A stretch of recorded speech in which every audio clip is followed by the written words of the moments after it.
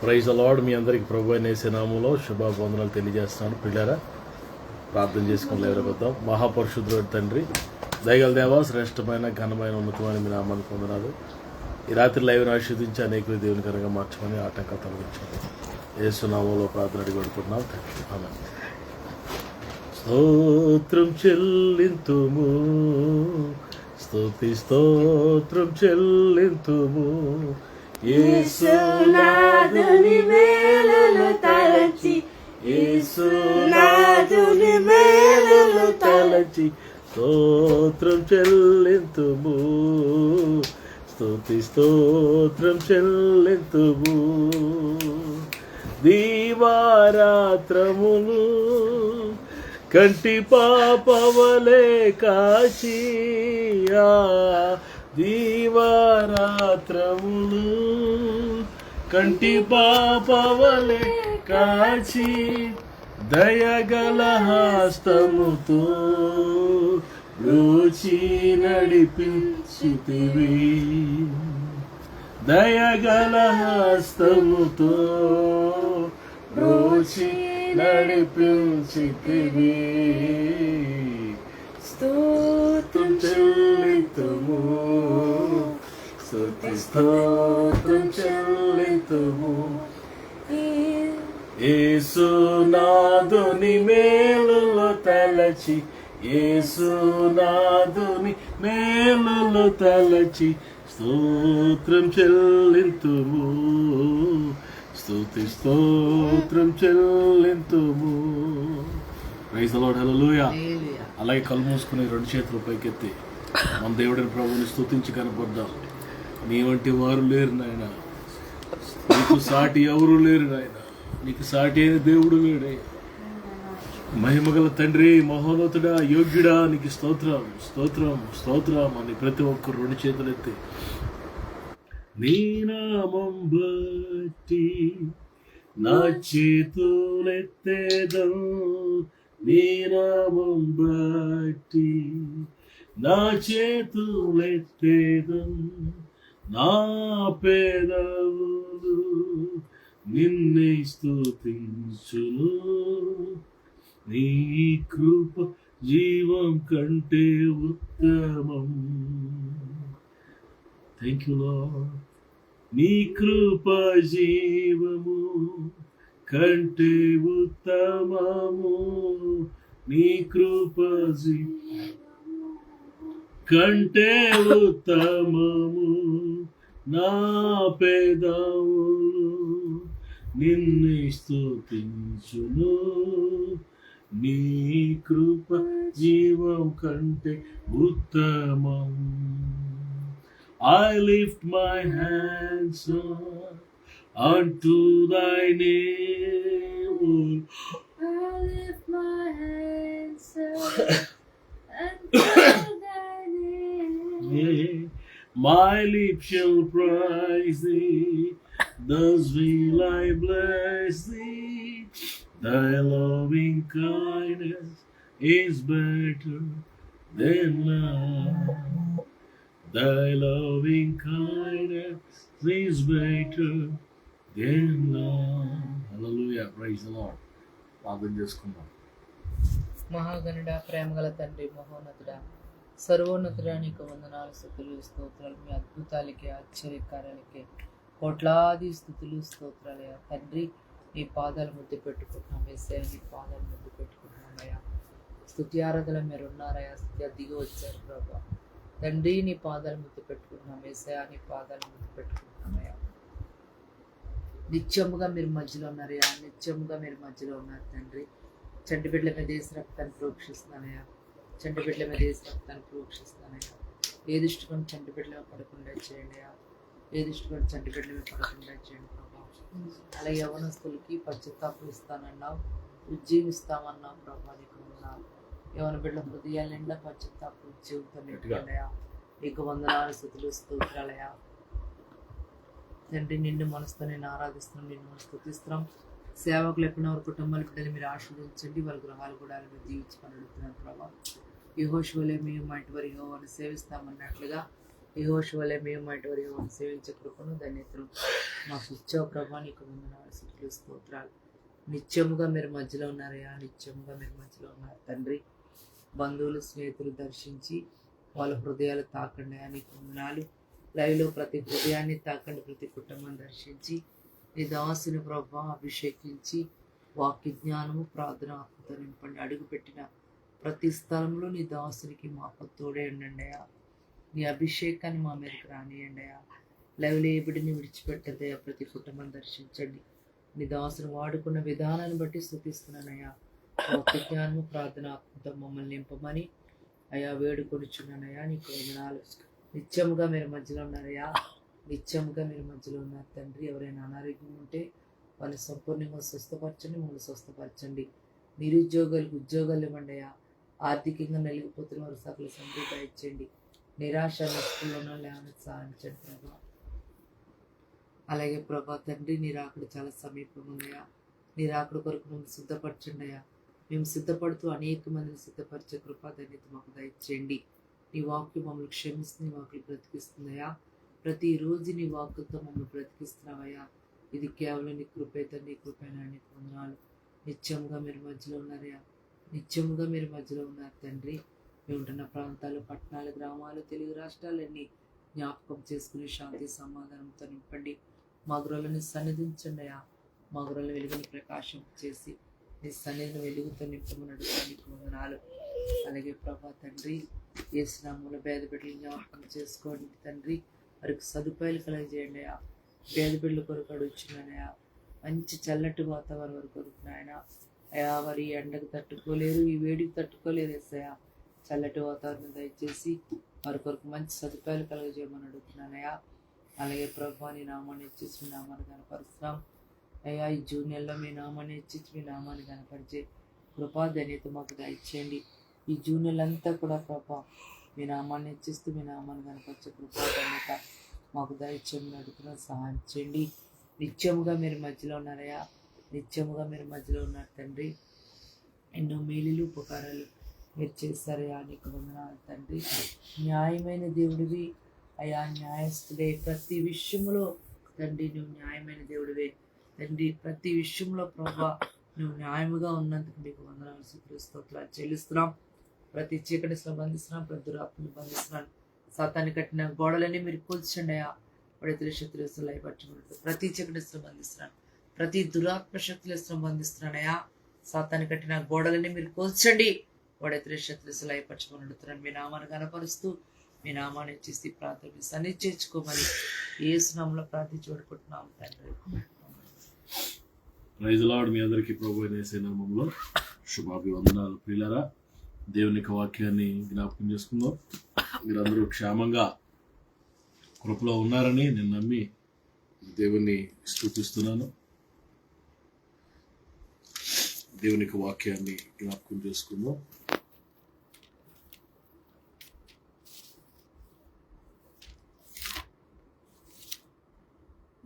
మత్తయి సువార్త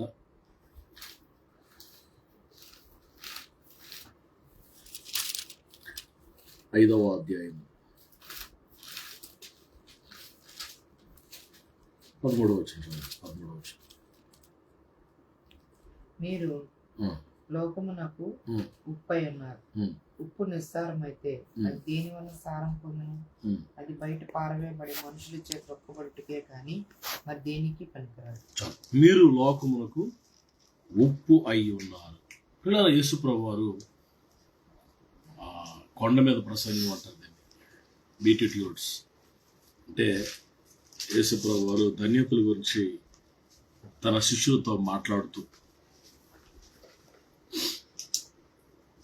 most famous, ప్రపంచంలో అతి ఉన్నతమైన సెర్మన్ ఆన్ ద మౌంట్ అంటారు.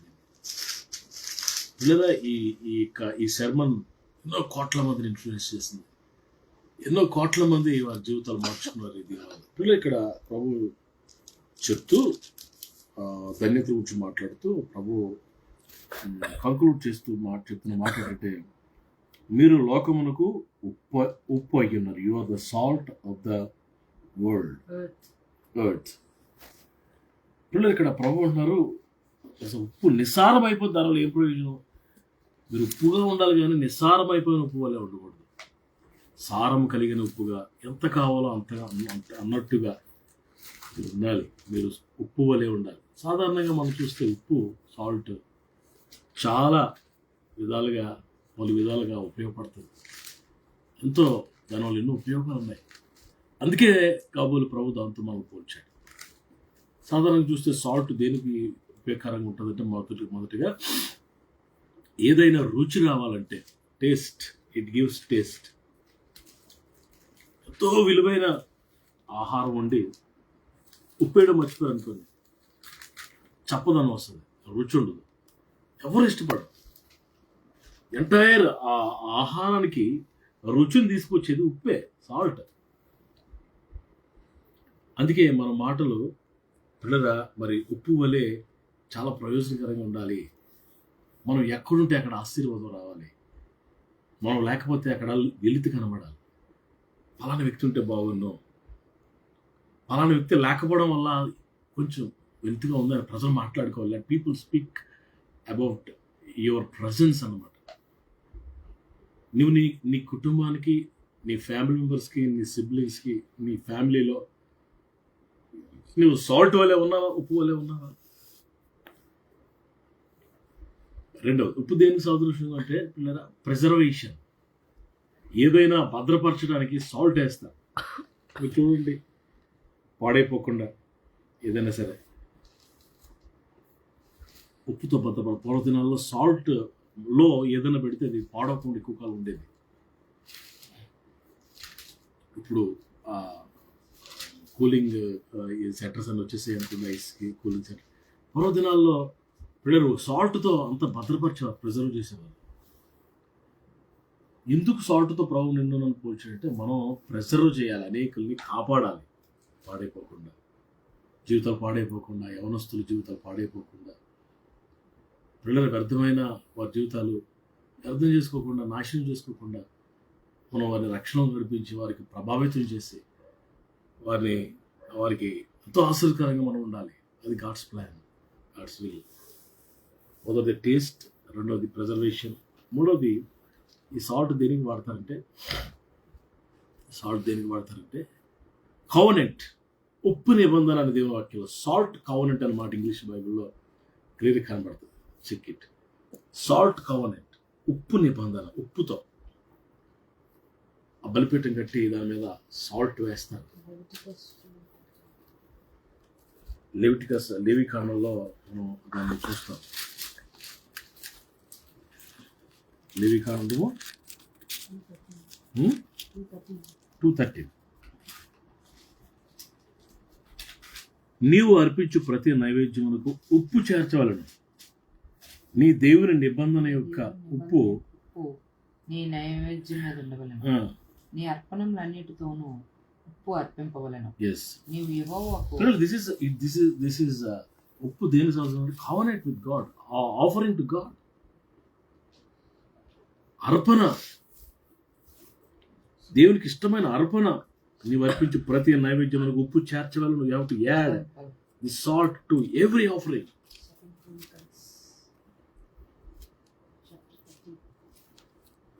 రెండు దినవృత్తాంతాలు 13వ అధ్యాయంలో కూడా ఉంది. 13వ అధ్యాయం 4-5 వచనం. అప్పుడు అబియా ఎఫ్రాయిం మన్యమందు కొండ మీద నుంచి ప్రకటించిందనగా, యెరోబామా ఇశ్రాయేలు వారు నాకు చెవి ఒకటి. First Chronicles 5.